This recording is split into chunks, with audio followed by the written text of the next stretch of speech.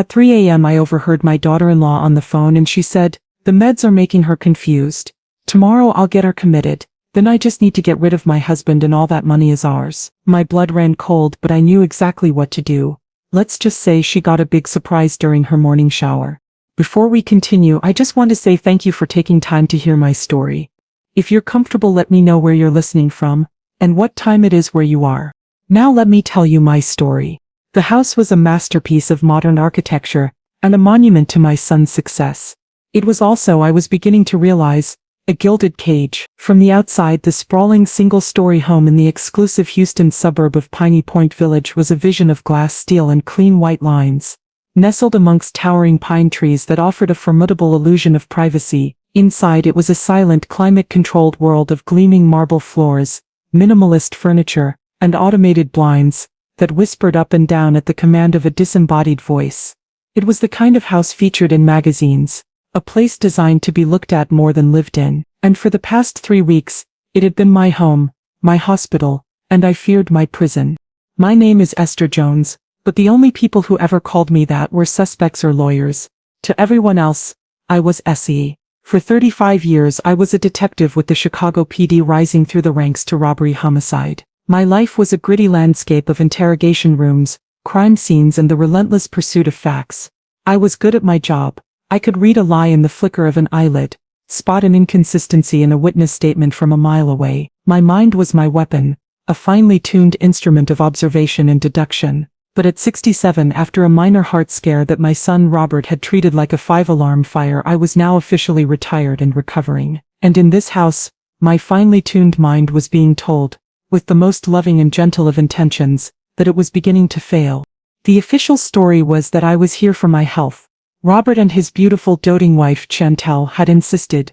"You can't be alone right now, Mom," Robert had said, his face a mask of earnest concern as they packed my bags in my quiet Chicago condo. "Chantel and I will take care of everything.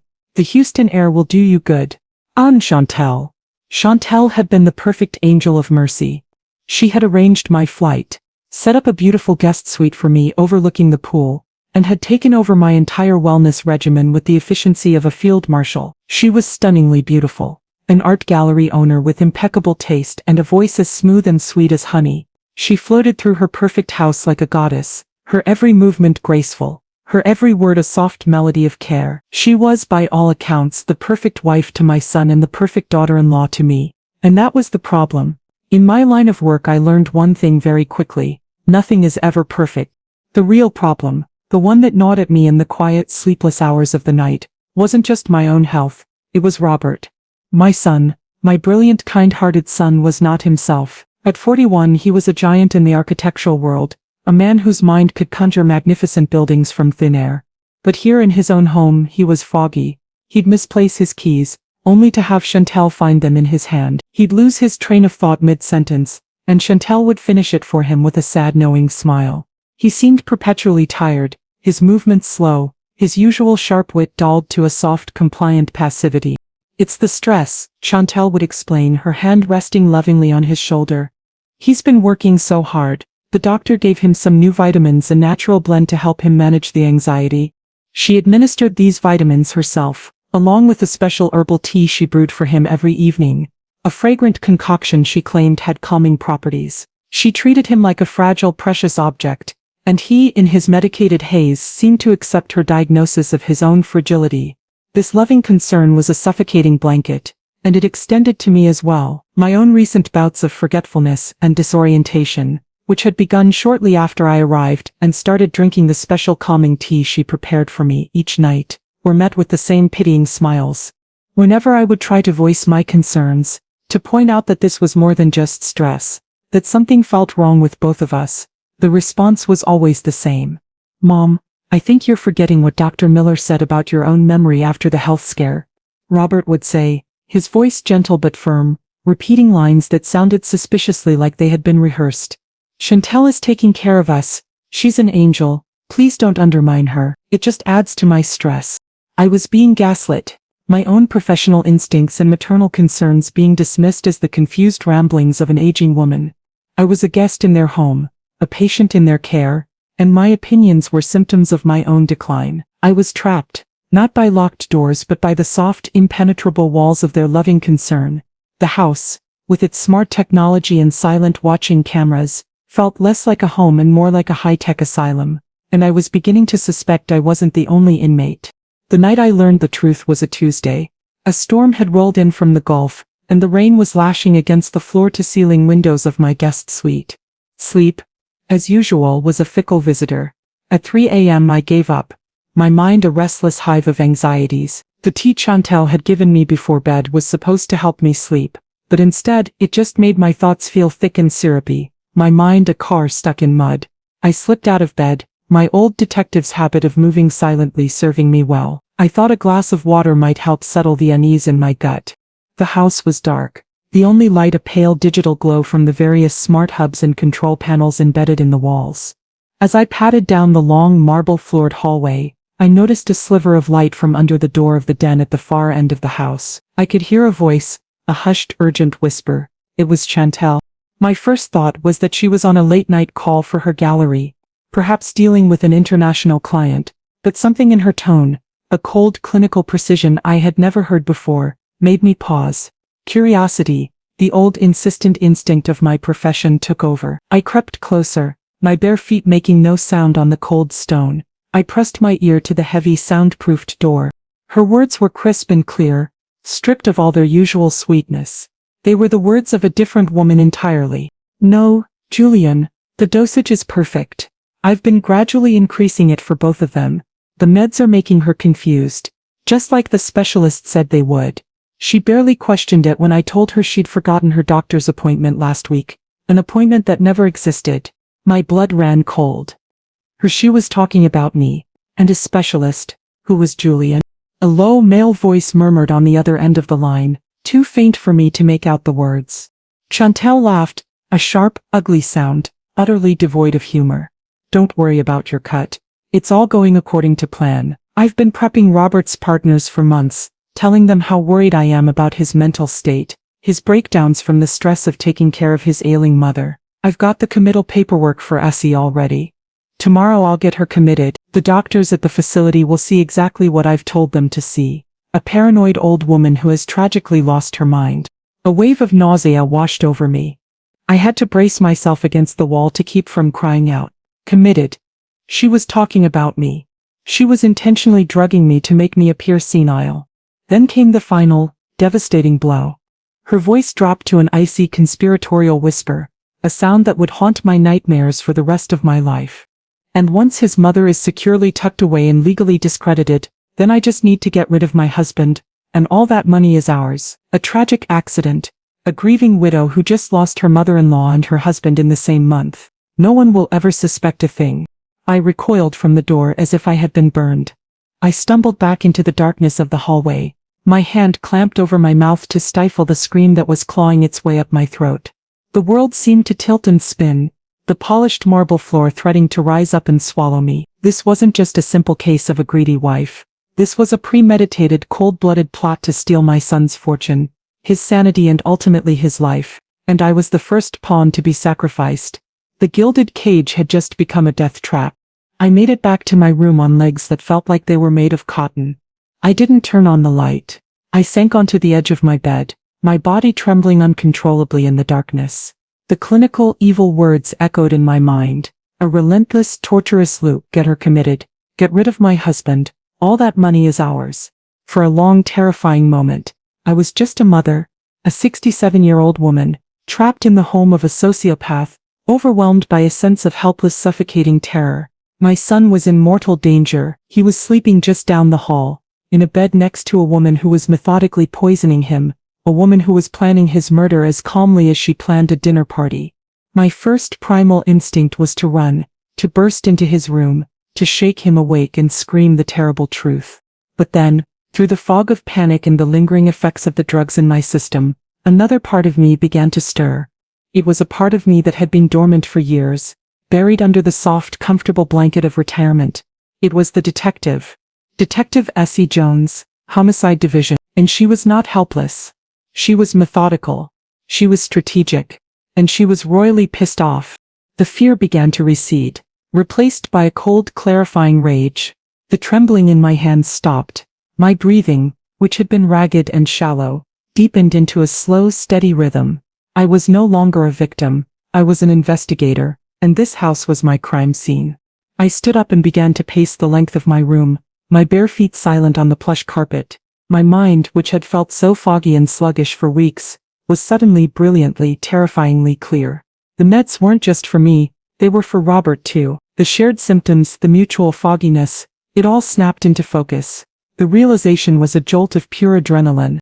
Okay, Jones, I thought, my mind slipping back into the old familiar rhythms of a case assessment. What do we know? What do we need? What I knew. Chantal is actively drugging both me and my son Robert to induce symptoms of cognitive decline. She is working with an accomplice named Julian.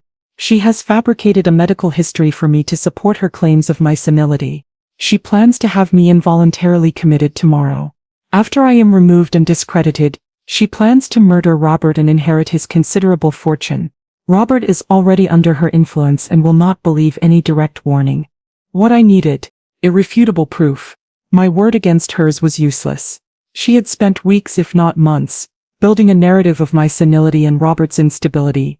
Any accusation I made would be twisted and used as the final piece of evidence to prove I had lost my mind. I needed something a jury could see, something a lawyer couldn't spin.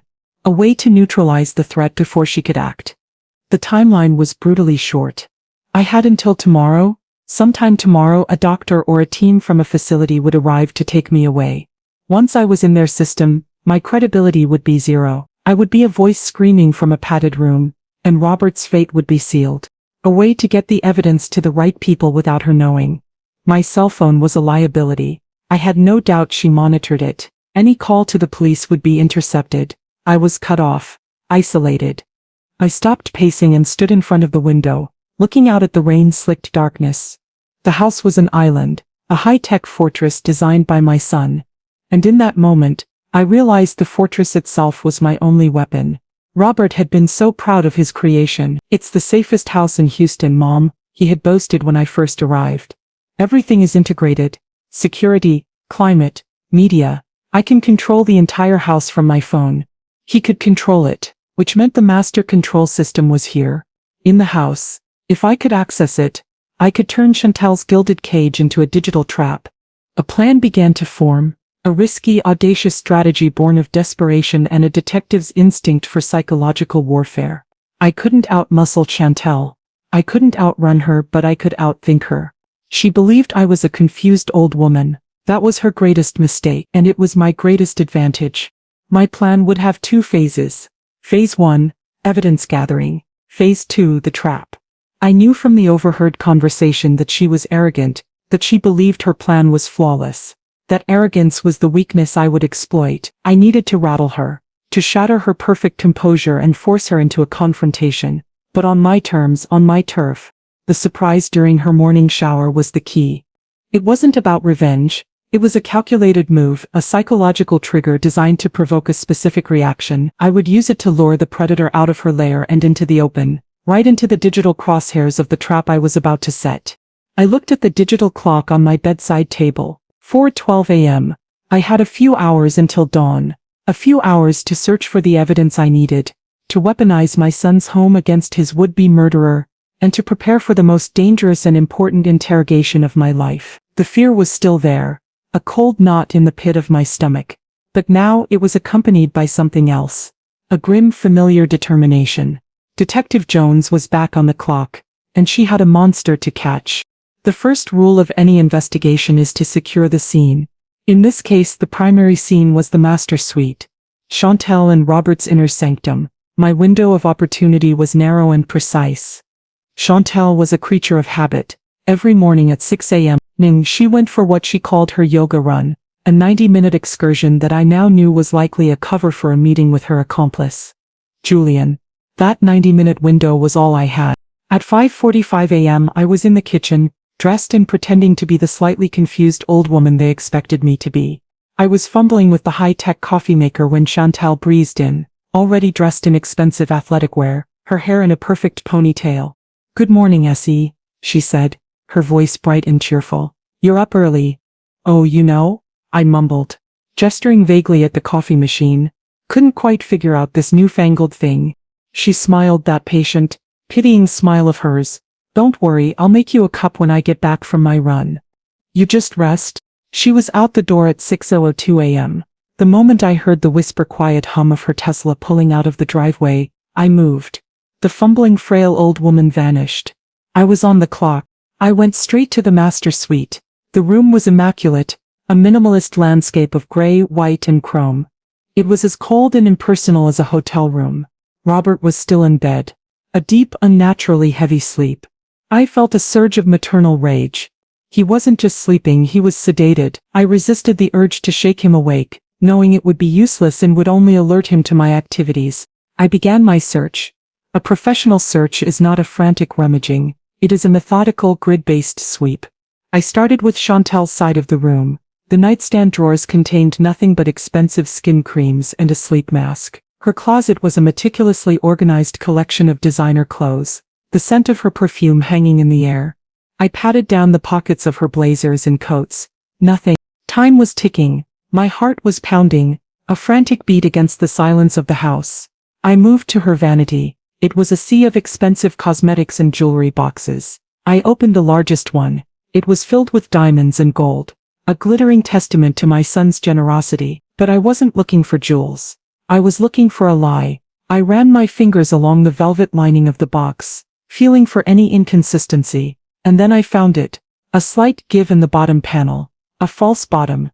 My fingers, clumsy with adrenaline, fumbled with the edge.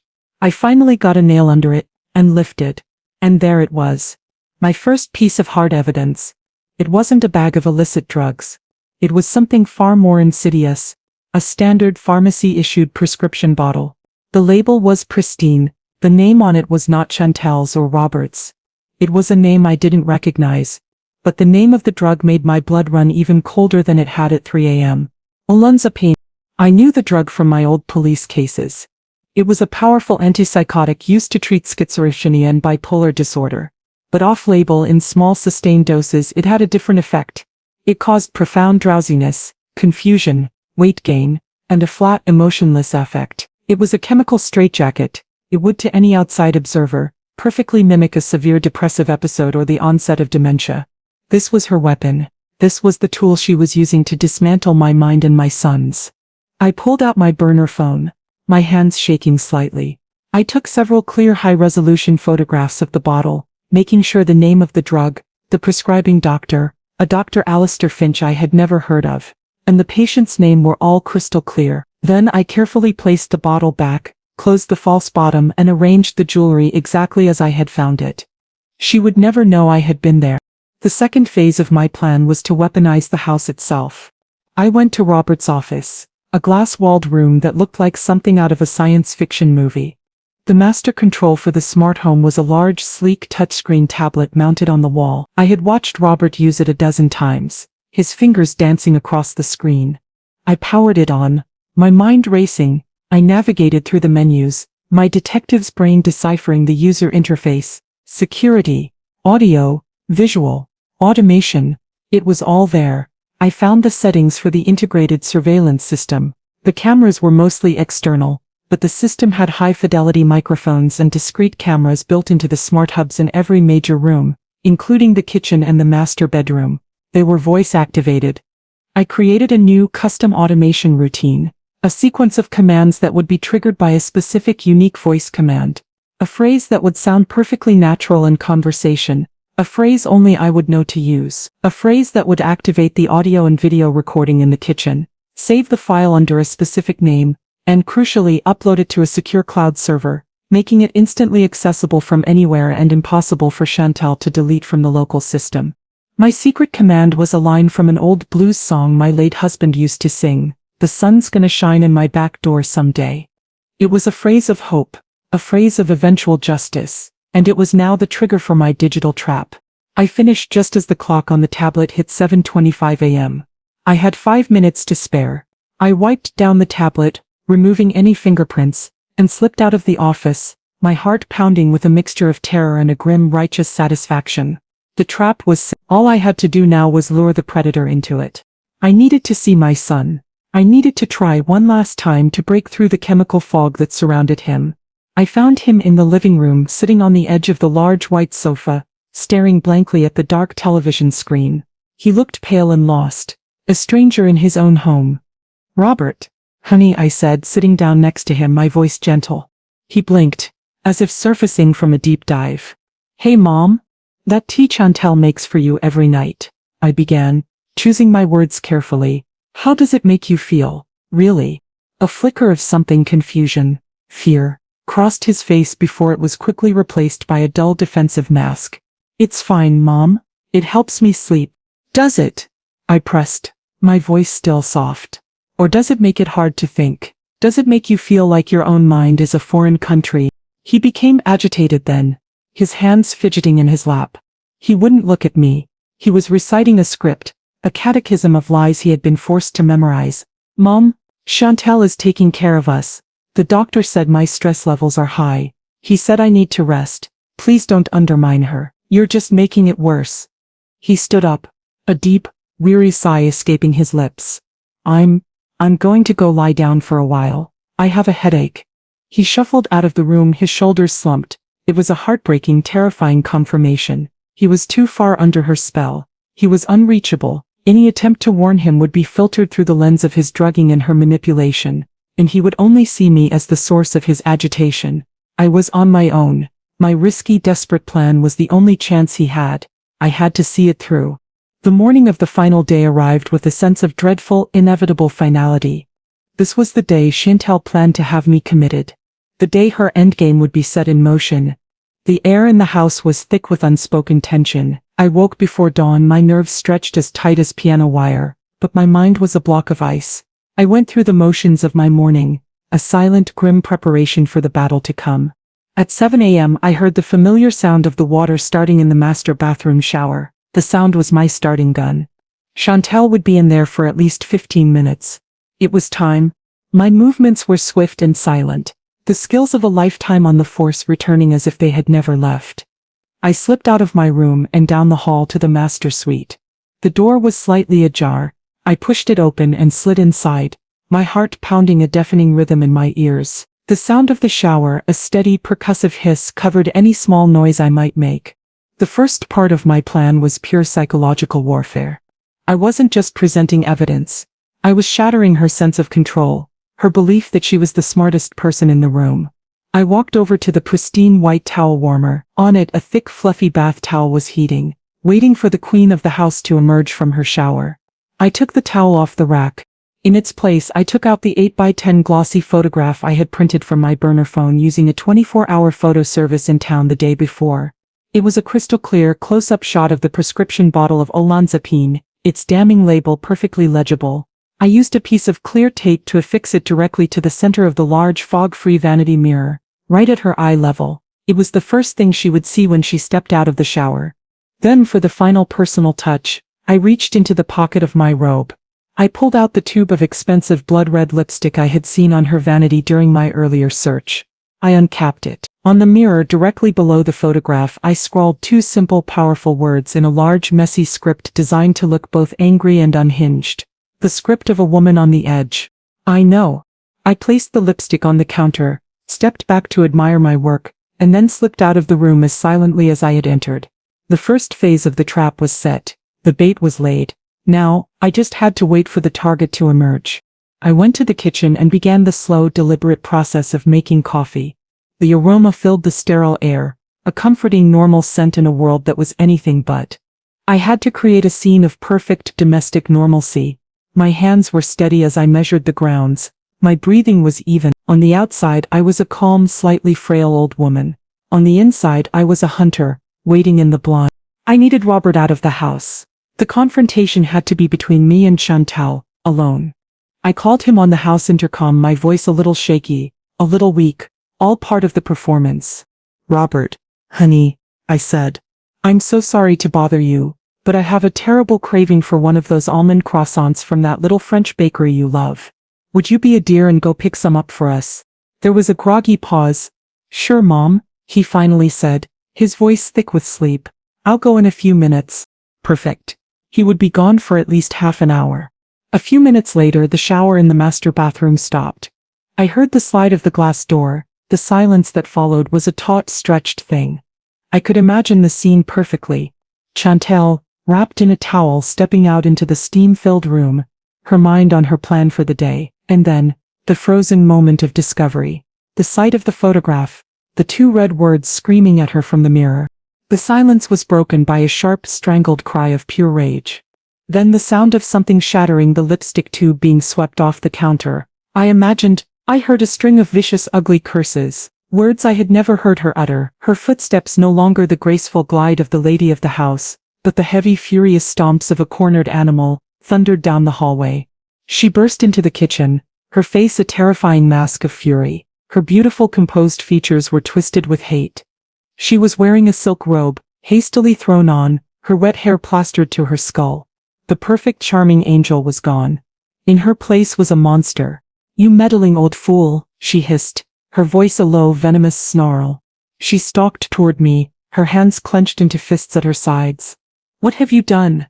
I turned from the coffee maker, my expression one of carefully crafted, fearful confusion. This was the most important performance of my life. "Chantal dear, what is it?" I asked, my voice trembling slightly. "You frightened me.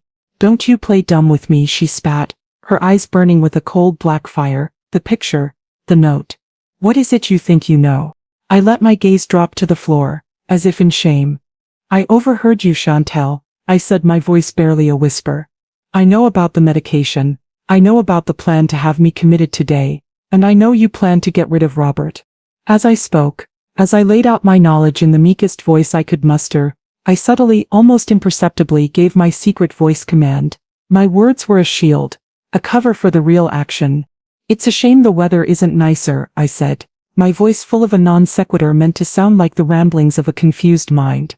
"The sun's gonna shine in my back door someday." In the corner of the kitchen, on the sleek smart hub mounted on the wall, a tiny, almost invisible blue light blinked once. The recording was live. My apparent weakness, my seeming confusion was the final catalyst Chantal needed.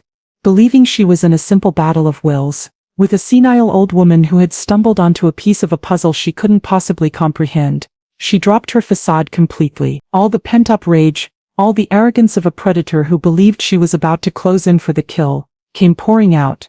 She laughed. It was a sound I will never forget. A cold, cruel, and utterly mirthless sound that seemed to suck all the warmth from the room. "You know?" she sneered, taking a step closer, her voice dripping with contempt. "You don't know anything. You're a confused old woman with a photograph. You think that pathetic little picture is proof of anything. You have nothing." She began to pace the kitchen, a caged tiger exulting in her own power, her every word a confession, her every admission captured in high-definition video and audio. "Let me tell you what's going to happen today, Essie. In about an hour, Dr. Miller from the psychiatric facility is going to arrive. I called him last night, after you wandered into the garden. I told him you'd become violent and paranoid, that you were making wild accusations. Your little stunt in my bathroom this morning, it's the perfect confirmation. You're the star witness for your own committal." My heart hammered in my chest, but I kept my face a mask of terrified confusion. This was a new, horrifying twist. She was going to have me committed too. "And Robert," she continued, her eyes glittering with a sociopathic pride. "Oh, my dear sweet, confused Robert is a mess. I've spent months carefully cultivating this. His partners at his firm, his friends, his doctor, they all think he's on the verge of a complete nervous breakdown. They've been getting worried calls from his loving, terrified wife for months. So when he has his breakdown today, when he starts screaming that I'm trying to poison him, a story you've no doubt planted in his head, everyone will believe me. They'll see a tragic textbook case of a man who has lost his mind." She stopped pacing and leaned in close, her face inches from mine, her voice dropping to a conspiratorial whisper. "And once you're gone and he's put away, safely in a facility where he can't manage his own affairs, his loving wife will have full power of attorney. And then, a tragic accident, an overdose of his prescribed medication, a terrible unforeseen complication. Everyone will mourn, everyone will pity the poor, beautiful widow, and Julian and I will have a very, very comfortable life on your son's fortune. It's the perfect plan, and you stupid old woman, you can't do a single thing to stop it." She had laid it all out, the entire monstrous diabolical plan delivered with the arrogant pride of a master criminal. She was so sure of her own brilliance, so convinced of my weakness, that she had just delivered a full signed confession. I let her finish. I let the last of her venomous words hang in the air. I looked at her, at the monster my son had married, and for the first time since this nightmare began, I allowed myself a small grim smile. "You're right," I said, my voice suddenly clear and steady, all traces of fear and confusion gone. I didn't have proof. I paused, holding her gaze. But I do now. I looked past her to the smart hub on the wall. My voice was crisp, clear, and full of the authority I had not used in years. "Computer, end recording. Send file Chantel's confession to Robert Jones Jr. and to my emergency contact, Detective Aisha Washington, HPD. The smart hub, in its pleasant, automated female voice, replied instantly. "Action complete. File sent." The color, the life, the arrogant certainty drained from Chantel's face. It was a slow, horrifying dawning, the look of a master chess player who has just realized they have been led into a trap and have been in checkmate for the last 5 moves. Her eyes darted from my face to the smart hub, the tiny blue light now off. She understood. Her perfect private confession had just been broadcast to the 2 people who could destroy her. At that exact moment, we heard the sound of a car in the driveway. Robert was home with the pastries. His phone, I knew, would be chiming with a notification for a new large video file. At the same moment, another sound, a distant but rapidly approaching siren, pierced the quiet suburban morning. My old friend and colleague Detective Washington was a woman who took emergency contacts very seriously. Chantel stood frozen for a single paralyzed second. Then her survival instinct took over. She whirled around and made a desperate, frantic run for the back door, for the sprawling manicured lawn that led to the woods beyond. The grieving widow, the triumphant heiress. It was all gone. All that was left was a common criminal, fleeing the scene of the crime, but there was nowhere left to run. The trap had been sprung, and the cage she had so carefully built for my son and me had just become her own. The aftermath was a maelstrom of flashing lights, sober-faced police officers, and the quiet, efficient dismantling of Chantel's world. She was apprehended before she even reached the back fence, a snarling, terrified animal deprived of her finery. Julian Blackwood was picked up an hour later at his downtown office, a slick, handsome man whose composure crumbled the moment he was shown the video of Chantel's confession. Robert sat at the kitchen table, a half-eaten almond croissant forgotten in his hand, his face a pale, ghostly mask of shock and horror. He had watched the video on his phone in the driveway, had seen and heard the woman he loved calmly and cheerfully detailing her plan to destroy and murder him. The chemical fog he had been living in for months was no match for the brutal, clarifying slap of the truth. He looked at me, his eyes filled with a dawning, terrible understanding of what I had done, of the danger I had faced for him, alone, in his own home. The months that followed were a painful, necessary period of healing and reconstruction. The legal case against Chantel and Julian was swift and decisive. The digital confession was irrefutable. They turned on each other immediately, their sociopathic partnership dissolving into a messy flurry of accusations and blame. They were both facing long prison sentences. The Wallace fortune, the prize for which they had been willing to kill, was secure. But the real work was with Robert. The detox from the medication was a brutal physical and psychological ordeal. He had to confront the reality that his mind, his greatest asset, had been methodically hijacked. He had to grieve for the woman he thought he had married, a woman who had never truly existed. It was a long, dark road, but he did not have to walk it alone. I didn't go back to Chicago. I sold my condo and moved to Houston permanently, into a small, sunny apartment, not far from Robert's house. The gilded cage, once a place of terror, was slowly being transformed back into a home. We worked together, Robert and I, to reclaim it. We changed the locks, reprogrammed the smart home system, and filled the silent, minimalist rooms with new furniture, warm colors, and the sound of jazz music. Our relationship was reforged in the fire of that terrible time. The condescending concern was gone, replaced by a deep, profound respect. He saw me not as an aging mother to be managed, but as the woman who had saved his life. And I saw him not as a victim but as a survivor, a man strong enough to face the ugliest of truths and begin the hard work of healing. One evening, several months later, we were sitting on his now peaceful patio, the scent of jasmine in the air. The smart home, once my weapon, was now just a convenience, playing a soft Miles Davis tune in the background. I had been teaching Robert how to play poker, an old trick from my detective days for learning how to read a person's tells, their unconscious signals of deception. He looked at the cards in his hand, then at me, a small, sad smile playing on his lips. "You know, Mom," he said, his voice quiet but clear, "I think I'm finally starting to see it. The little flicker of the eye, the way someone holds their breath when they're bluffing." I smiled back, a genuine, warm smile. "It's all about observation, honey," I said. "It's about seeing what's really there, not just what you want to see." He nodded, placing his cards on the table. He had a winning hand. He looked at me, his eyes clear and full of a love and a gratitude that needed no words. He was healing. He was safe. And I, Esther Jones, the retired detective, the mother, the survivor, had closed the most important case of my life. The sun was finally shining in my back door, and it was here to stay.